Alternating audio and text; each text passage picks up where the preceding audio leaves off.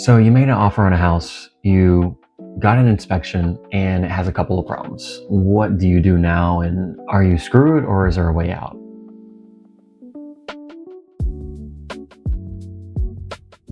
Well, I'm going to give you a little story from myself and from my own personal experience where I went through very similar issues.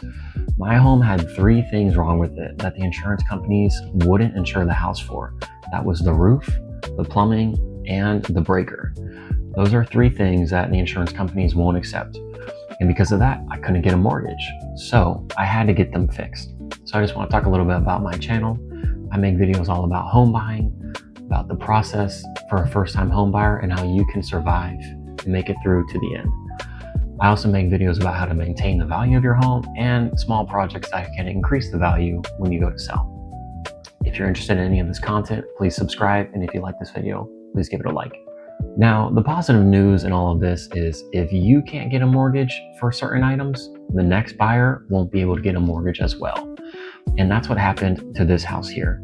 There was a buyer that came along before me who made an offer on the home. And when they went up and they had an inspection done, they found out that that roof was too old. It was more than 10 years and not in good shape. And the insurance company didn't want to insure the home. So what the seller did was they went and they had the roof fixed. Now, I'm not sure exactly what went down in that deal, but I do know that the buyer walked away because I eventually came along and made an offer on the same home.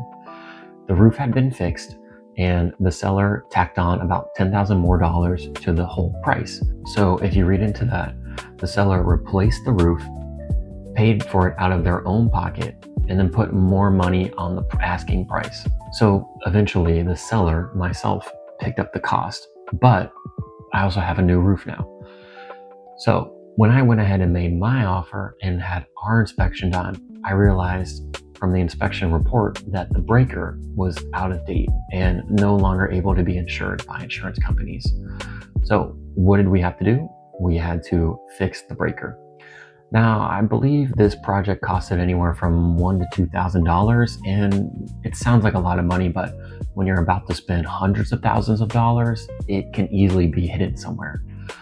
In this case, we asked the seller to just pay for the breaker itself. And the seller agreed that they would go ahead and pay for the breaker.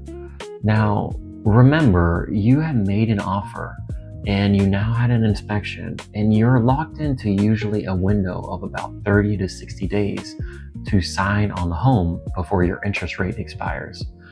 So unfortunately, what happened in this moment was we needed to quickly find someone to fix the breaker, get it fixed, and get another inspection all before our window, which was 30 days, expired. Luckily, we were able to find an electrician. They came out here, they fixed the breaker, and they made it all up to standard in code. Now, like I said, the seller paid for that second problem, and we didn't pay for it yet. So now the roof had been paid for by the seller, and the breaker had been paid for by the seller, and nothing was coming out of the buyer's pocket yet. The third issue that I mentioned was the plumbing. In this house, there was polybutylene pipe, which if you're not really experienced with what that is, it's pretty much a rubber flex pipe that is very prone to leaking and explosions. So insurance companies don't want it in their homes anymore because it can flood the house or leak into the walls. Well, unfortunately, this entire house was plumbed with polybutylene. And the reason people do that is it's a lot cheaper and it's a lot more easy to install because it's rubber and you can bend it. So we had to get someone to come out here and plumb the entire house while still meeting our 30-day window. And so we found a reputable plumber and he was able to come out here and plumb the whole house in 2 days using PVC and copper pipes and keeping the home up to code. Now that project alone costed $6,000 and that was a bigger cost than the breaker. So what we negotiated with the seller was that I would increase my offer $3,000 and we would split it right down the middle. I would pay $3,000 and the seller would pay $3,000 of the project. The seller up front paid the total $6,000, but once I had signed for the home and given him the money, he got $3,000 back. Now that's very smart and that was a good negotiation because I'm not paying up front for the plumbing. The seller is paying up front because at this moment, the seller can still walk away from the offer and the negotiation. And if I had put money in, he could have taken my $3,000. So that's why I put my $3,000 into my final offer as a means to encourage him to still go forward with the offer and sell the home to me, and then he would get his cash. And that's important. You want to be very careful when you're entering into these negotiations that you're not giving people money up front because they can walk away with your money at any time. You want to try to find a way to loop it in to the final price or maybe a credit from the closing cost. And those are all things that a realtor can help you with or someone who's experienced with home buying like myself. So we're still within our 30-day window, and now we had the breaker fixed, the roof was new, and the plumbing was all complete. And now what was the next step? Well, you get an inspector to come back out to your house. We hired the same inspector, come back out. They did a recheck of the items, so I believe it was a discounted cost, and they pretty much only checked the breaker, the plumbing, and made sure that everything was good. They filed a report and they sent that to the mortgage and the insurance companies, and they allowed our house to now be insured.